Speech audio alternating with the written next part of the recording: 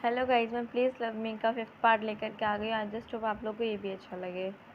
Last part में हमने देखा था शाहजहान के पास वांगीबू की मदर का फ़ोन आया था, जो कि उस पर गुस्सा कर रही थी क्योंकि शाहजहान ने वांगीबू को घर पे अकेला छोड़ दिया था। तो चलो अब आगे देखते हैं।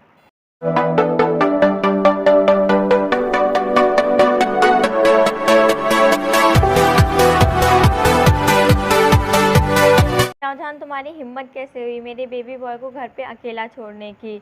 तुमने हमें अपना एड्रेस भी नहीं बताया। मेरा बेबी बॉय मेरा फ़ोन नहीं उठा रहा। अगर उसे कुछ हो गया तो मिसेस वैंग गुस्से में चिल्लाते हुए बोली।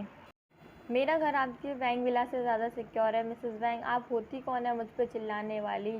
ये मेरी प्रॉब्लम नहीं है कि आपका लव सिक बॉय आपका फ़ोन नहीं उठा रहा। मेरे एड्रेस के बारे में आप डिज़र्व नहीं करती जानने के लिए, so be in your limits. Shahjahan ने बहुत कोल्ड वॉइस में कहा, याद करते हुए मदर और सन के काम को, जिसकी वजह से उसे अपने पेरेंट्स को खोना पड़ा। तुम कितने रूड हो शाहजहान, तुम्हारे पेरेंट्स ने तुम्हें मैनर्स नहीं सिखाए? मिसेस वैंग गुस्से में बोली। सो सैड, एक तुम्हारे जैसी बिच और उसके बेटे की वजह से मेरे पेरेंट्स कार एक्सीडेंट में मारे गए।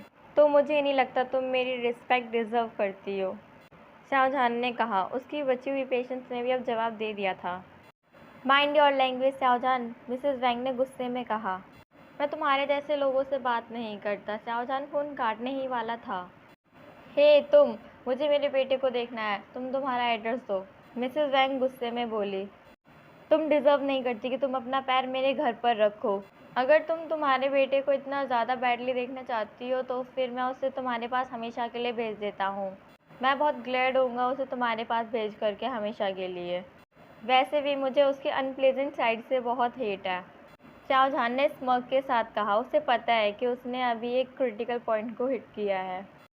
शाहजहान ने फ्रस्ट्रेट होकर के फ़ोन काट दिया। उसे इस वुमेन से हेट है। उसके ब्लैकमेलिंग की वजह से उसके पेरेंट्स को उसे फोर्स करना पड़ा वांगीबू के बर्थडे में आने के लिए, और तभी उनका एक्सीडेंट हो गया।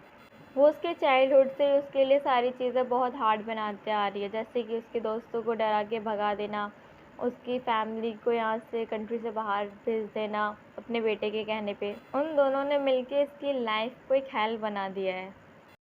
जान काम डाउन, यू यांग ने जान को पानी देते हुए कहा। मुझे लगता है कि मेरी लाइफ अब हेल बनने वाली है यांग, मैं क्या करूं अब?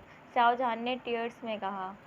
तुम कुछ नहीं कर सकते जान, तुम यहाँ तक कि ईबू को डिवोर्स भी नहीं दे सकती, ये तुम भी जानते हो ना जान, यू यांग ने एक सैड स्माइल के साथ कहा। वो जानता है कि उसके बेस्ट फ्रेंड ने प्रॉमिस किया ईबू से शादी करने के लिए स्याओ एंटरप्राइज के शेयर्स के बदले, जो कि मिस्टर वैंग के द्वारा लिए गए हैं। उसने प्रॉमिस किया है कि ऐसे इंसान से शादी करने के लिए जिसकी वजह से उसके पेरेंट्स की डेथ हुई है, बस अपने फैमिली बिजनेस को बचाने के लिए। वो समझ सकता है कि उसका फ्रेंड कितना सैड है, कितना लोनली है और कितना हर्ट है। लेट हो गया है जान, तुम्हें अब घर जाना चाहिए। बाद बाकी बची हुई फाइल मैं चेक कर लूँगा, यांग ने एक स्माइल के साथ कहा।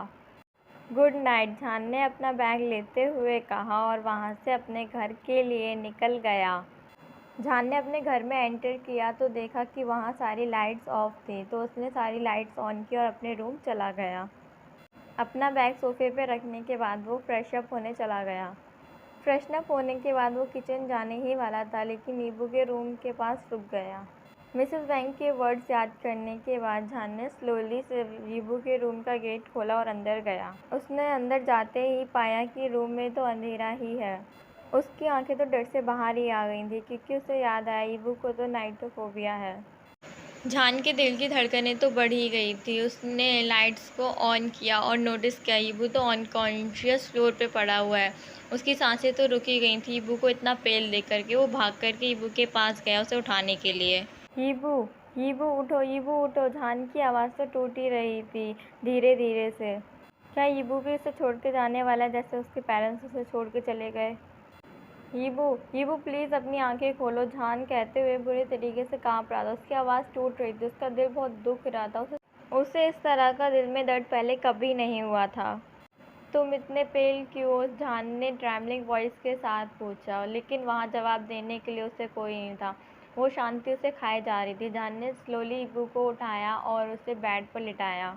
जान ने कांपते हुए हाथों से अपने फ़ोन पे किसी का नंबर डायल किया। प्लीज़, जान ने कॉल पर विस्पर करते हुए कहा। क्या हुआ जान? सॉन्ग जान ने फ़ोन उठाते ही पूछा।